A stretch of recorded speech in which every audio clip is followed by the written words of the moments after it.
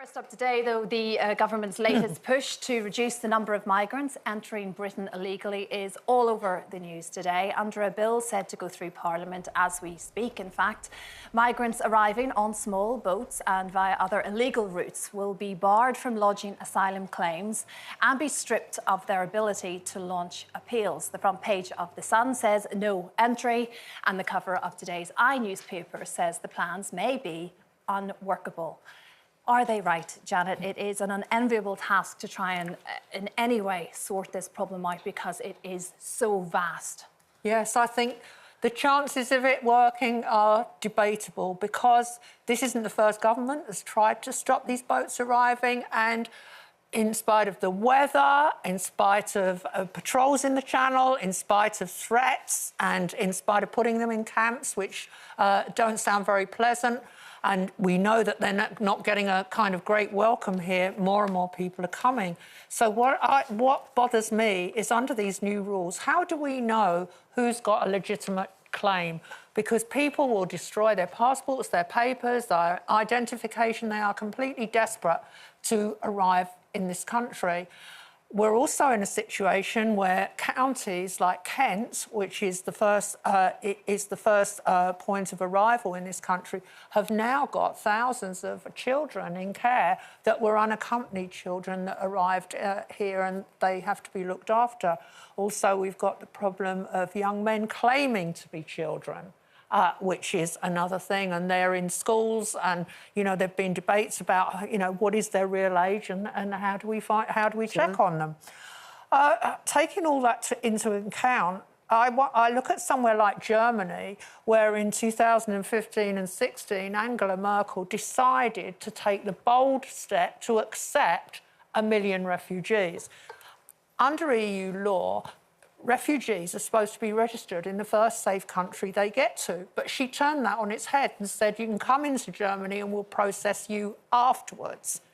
We seem to be turning our backs on that. She regretted that, though, didn't she? Well, she did and she didn't. I think it was a controversial move. She did it because Germany was desperately short of workers, as we are now in certain sectors in nursing and hospitality. So she said, come on in, but there are rules. You've got to learn English, you've got to learn German, you've got to sign up to various programmes. And half of all those people are now in employment, and her tactics did work, but they were controversial. So you could argue that instead of saying we're going to be more draconian, we're going to fly people out to other countries like Rwanda and so on, which hasn't worked so far, we could adopt a completely different attitude and say, arrive, we'll process you, we'll offer you work, we'll offer you support, we'll give you English lessons because we need your labour. But you know what, Janet? The thing is, we'll know more tonight in the news when we see how this goes through Parliament today. I mean, I've been thinking about the whole process, and I'm looking at taking an overall view. And I don't think any of us here would regret a genuine refugee who would be persecuted in their own country coming into this country. But I hear everything you say, and you're right. I mean, how are we going to separate it all out? But I go back to the culprits who have the boats and take thousands and thousands of pounds from these very needy, desperate people. We've seen terrible pictures of them having accidents in the sea and drowning. I mean, awful pictures. But there is also a swell of opinion right across the country, and I'm taking this from different sources, from papers, from radio programmes, documentaries and so on. People in this country are also suffering at the moment. And when you read that last year, almost 50,000 came into this country, and that's on top of all the backlog of processing, etc., etc. People who can't afford, perhaps, to feed their children, who can't afford to pay the energy, schools are absolutely crowded, they're not up to speed from the building point of view in places. So people are beginning to think something has to be done, and when does charity begin? To be at home, to use the old phrase. I hear what you're saying. I completely find it astonishing that they can't stamp down on the people traffickers. I agree with you 100%. And they haven't done that, have they? But at the same time, we've got these huge gaps of, you know, jobs that need filling. Yes. So it's how you target the people that want to come here and fill the jobs that need filling and make sure that they earn a wage, that they are not, you know, loafers and people taking money But then from you us. get votes of very young men. Yes. With all the trappings of IT and we're all getting a that lot sort of stuff, so- Albanians because in Albania, I was listening to a radio programme the other day, astonishingly, there's this massive cult of Britain, of England in particular, in Albania. And, you know... The thing is, I hear what you're both saying, and I know it's so difficult to let so many people in our country, which is struggling anyway, but as a human being, it absolutely breaks my heart that the desperation of these people, where they will put themselves and their children and all their lives at risk to jump in these, you know, boats to try and get over here, which shows what they're trying to run from. And I think it's just easy for us to say, well, we're suffering, we're doing this, and I know we are, but I don't think we even know the level of suffering that these people are going through, where you would put your child's life at risk to try and run away. And to say, to stop human beings and go, no, you have to go back. I know, it's but Colin, 200 alone arrived yesterday. I mean, I hear everything that everybody says. Imagine if it was us, Gloria, and No, other countries were going, no, I don't But care. where does it end in that sense I as think to the numbers of people we're very, coming in?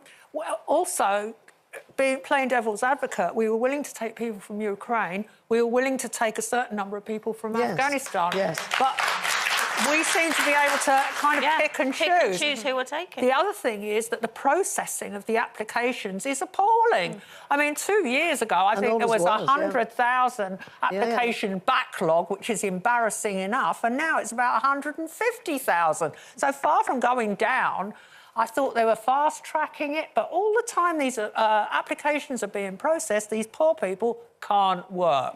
So it goes back again to what the government are going to do today. In some way, there has to be a structure, because this is not going to end just because the problem's getting worse. There has to be some way of making it a system where there is a system and people are protected. And also, as Janice rightly pointed out, there are doctors, dentists, people who are well-trained, who would like to work in this country, and a system has to be found to allow workers to come in, to take a million jobs, I think, are up for grabs. Like you say, you're in desperate, desperate times if you're getting onto one of those dinghies as a parent with a little child in your arms. We can roll out a vaccine for COVID and vaccinate millions of people, but we can't process these applications. It's the same civil servants. I'm not picking on civil servants, but they need to have a better system than they've got at the moment. Agreed. Agree with that. We did ask you at home, do we need tougher measures to stop illegal immigrants? 89% have said yes, we do.